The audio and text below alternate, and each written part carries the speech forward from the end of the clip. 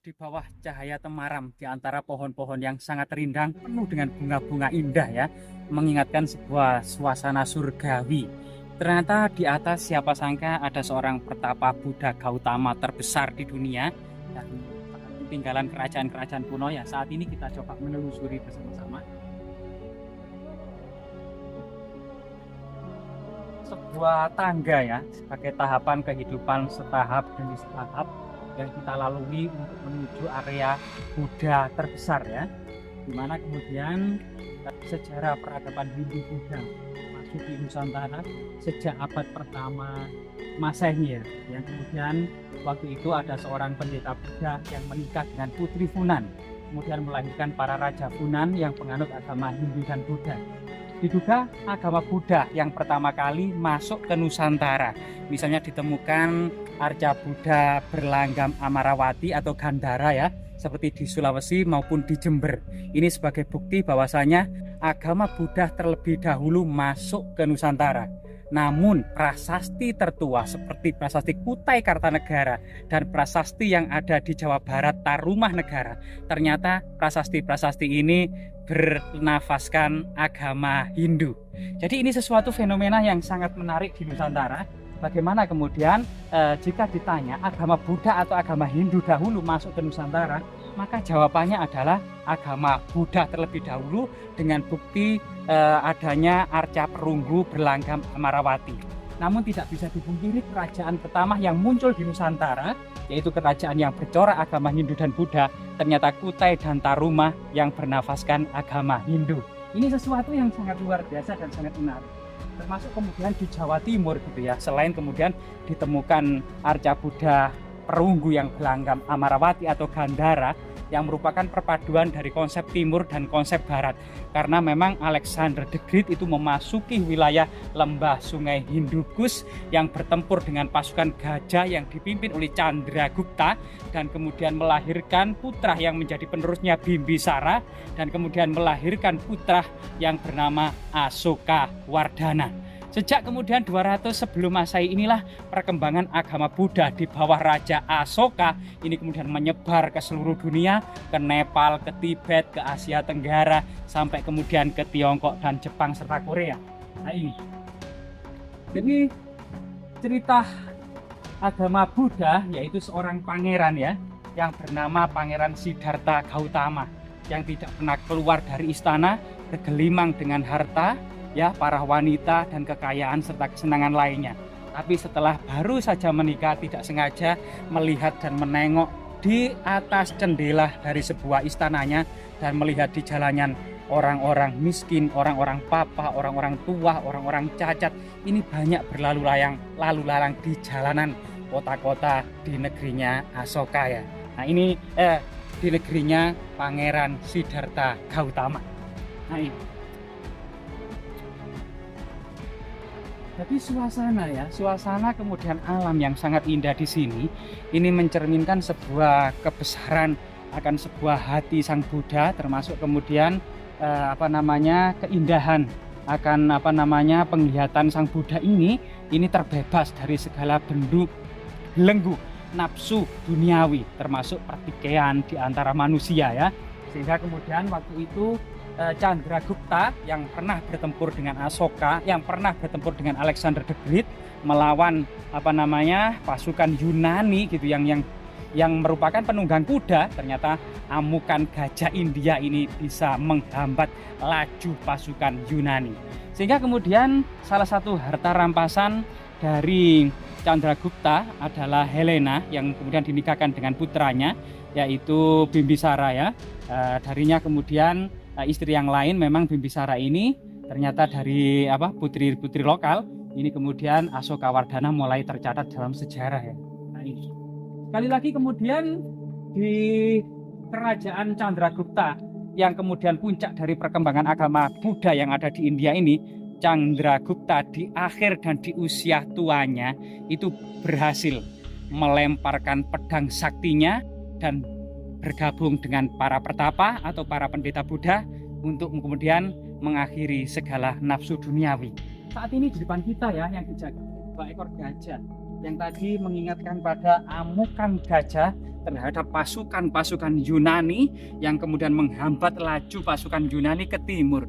Sehingga meskipun Alexander the Great sebagai murid dari Aristoteles ini ternyata tidak mengetahui di sebelah gunung Himalaya itu masih ada Asia Tenggara, masih ada Nusantara, masih ada Cina, dan masih ada Jepang. Karena dalam cerita-cerita kuno di masa Yunani dianggap bumi itu datar menurut Aristoteles, dan paling timur adalah puncak Himalaya yang menyentuh langit, dan paling barat adalah di sebelah barat Spanyol, yaitu lautan Samudra Atlantik gitu ya. Nah ini yang dianggap kemudian sebelahnya adalah neraka. Ini adalah konsep bumi datar pada waktu itu. Sehingga kemudian Alexander the Great di atas gunung Himalaya hanya melihat elang.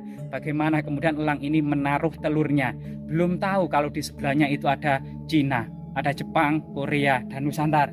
Kita di sini menemukan sebuah arca terbesar ya yang pernah kita dapati. Sebuah arca berlanggam Buddha. Berita tradisi menganggap Reco Lanang. Berita tradisi adalah sebuah tradisi yang berkembang di desa ini gitu ya. Mengatakan ada seorang petani yang pulang dari sawahnya, ternyata sampai rumah mendapati istrinya hanya berdandan. Nasi belum ditanak, lauk pauk dan minuman belum disiapkan. Akhirnya kemudian yang didapati istrinya hanya bercermin di depan cermin ya, hanya hanya merias wajahnya saja, sehingga kemudian suaminya marah-marah ya, sehingga kemudian cermin dilempar menjadi batu kaca, kemudian dandangnya dilempar menjadi batu dandang, istrinya tersungkur menjadi reco wedok, dan suaminya duduk termenung menyadari kesalahannya karena cekcok dengan istrinya, ada goresan di dadanya, goresan beladinya tersebut kemudian menjadi batu atau yang dikenal dengan Reco Lanang. Tapi sebenarnya dalam kisah sejarah, karena di Bukit Buta ini pernah ditemukan 13 lempengan tembaga yang dikeluarkan oleh Kertarajasa Jayawardhana atau Raja Majapahit pertama, yaitu Dyawijaya tahun 1294 yang dikenang dengan Prasasti Kudadu. Prasasti ini memuat informasi bahwasanya setelah naik tahta Raja Majapahit tidak pernah melupakan jasa Lurah Kudadu, karena selama pelarian dari Singosari, Lurah Kudadu menyembunyikan 12 kesatria Singosari dan menyambutnya dengan degan-degan yang berisi nasi putih, dan waktu itu memang sangat menyenangkan para kesatria Singosari ini. Sehingga kemudian Prasasti Kudadu itu adalah membebaskan segala pajak dan pungutan Lurah Kudadu beserta seluruh masyarakat Kudadu dari segala pajak dan pungutan, karena pada waktu itu Dyawijaya dan bersama 12 kesatria Singosari itu disembunyikan ya ketika dikejar-kejar oleh pasukan Jayakatwang. Dari segi artefaktual, bahwasanya candi Buddha terbesar ini memiliki posisi tangan kiri dengan ditempelkan di atas kakinya dalam posisi meditasi, sedangkan kaki kirinya ini menunjuk bumi. Ini memiliki simbol bahwasanya Buddha di sini di atas gunung ini merupakan simbol dari menghalau setan mara, atau kemudian menghindari nafsu duniawi, atau kemudian upaya untuk menjemput moksa, membersihkan diri dari segala nafsu yang ada di dalam dada. Diceritakan bahwasanya Pangeran Siddhartha yang bertapa di bawah pohon Bodhi pada malam yang hendak mencapai pencerahan, ternyata setan marah mengerahkan seluruh pasukannya agar menggoda Pangeran Siddhartha agar gagal menerima wahyu. Akhirnya seluruh pasukan setan marah gagal untuk menggoda Pangeran Siddhartha. Setan marah pun datang kepada Pangeran Siddhartha hendak menggagalkan pertapaannya. Kata kepada Pangeran Siddhartha, apa yang kemudian menjadi keberhasilanmu untuk menggapai wahyu? Pulang saja ke istanamu untuk bersenang-senang. Ngapain kamu di sini? Kemudian, dan apa yang menjadi sebab kamu mendapatkan wahyu? Kemudian Pangeran Siddhartha itu menunjuk bumi. Jadi tangan kanan ini menunjuk bumi sehingga terjadi linduh atau gempa sebanyak 7 kali. Yang kemudian Pangeran Siddhartha mengatakan, saya telah memberikan segala hartaku dan untuk dinafkahkan kepada masyarakat banyak, serta melakukan segala kebajikan selama hidupku. kemudian setan mara pun siapa yang menjadi saksi akan peristiwa itu. Maka kemudian Pangeran Siddhartha menunjuk Bumi tadi, di Dewi Bumi sebagai saksinya. Maka kemudian Dewi Bumi muncul sebagai seorang wanita cantik yang mengatakan benar yang dikatakan Pangeran Siddhartha. Setan mara pun kemudian merat ya, tidak lagi menemui Pangeran Siddhartha di malam hendak mencapai pencerahan tersebut. Jadi ini merupakan simbol bahwasanya malam itu Pangeran Siddhartha mencapai penyerahan atau wahyu yang dikenal dengan Bodhi dalam bahasa Sanskerta, di bawah pohon Bodhi atau pohon wahyu. Karena memang berbagai macam usaha yang dilakukan oleh Pangeran Siddhartha, bertapa secara benar, hidup secara benar, berbuat kebajikan, serta selalu menafkahkan hartanya sehingga kemudian layak mendapatkan pencerahan. Inilah salah satu kemudian makna dari posisi tangan yang menunjuk bumi dan posisi duduk meditasi dari si Pangeran Siddhartha. Sehingga kemudian Pangeran Siddhartha itu diangkat sebagai Buddha atau Budi, yaitu orang yang mendapatkan pencerahan, atau masyarakat pada waktu itu juga mengenalnya sebagai Sakya Muni, yaitu orang suci dari kota Sakya, karena memang ternyata Pangeran Siddhartha ini hidupnya di istana di kota Sakya. Jadi jika kita lihat memang apakah ini langgam kerajaan Majapahit atau di Pahat Madangpasa Singosari, ya ini membuktikan prasasti dari para ahli sampai saat ini mengidentifikasi atau menginterpretasi bahwasanya raksasa ini adalah berlanggam kerajaan Singosari. Namun entah sebab apa terlihat unfinished, belum dihaluskan, belum begitu nampak gitu ya. Tapi posisi gelung di atas, telinga, muka, wajah, hidung, pipi, mata, dan kemudian termasuk posisi kaki dan tangannya sudah dapat diketahui sedemikian rupa ya. Beberapa prasasti menyebut memang dalam pembebasan segala pajak dan pungutan, Lurah Kudadu ini sebagai gantinya mempersembahkan paraga sekar, yaitu semacam hasil bumi yang disisihkan untuk sebuah bangunan suci yang berada di Sanghyang Kleme.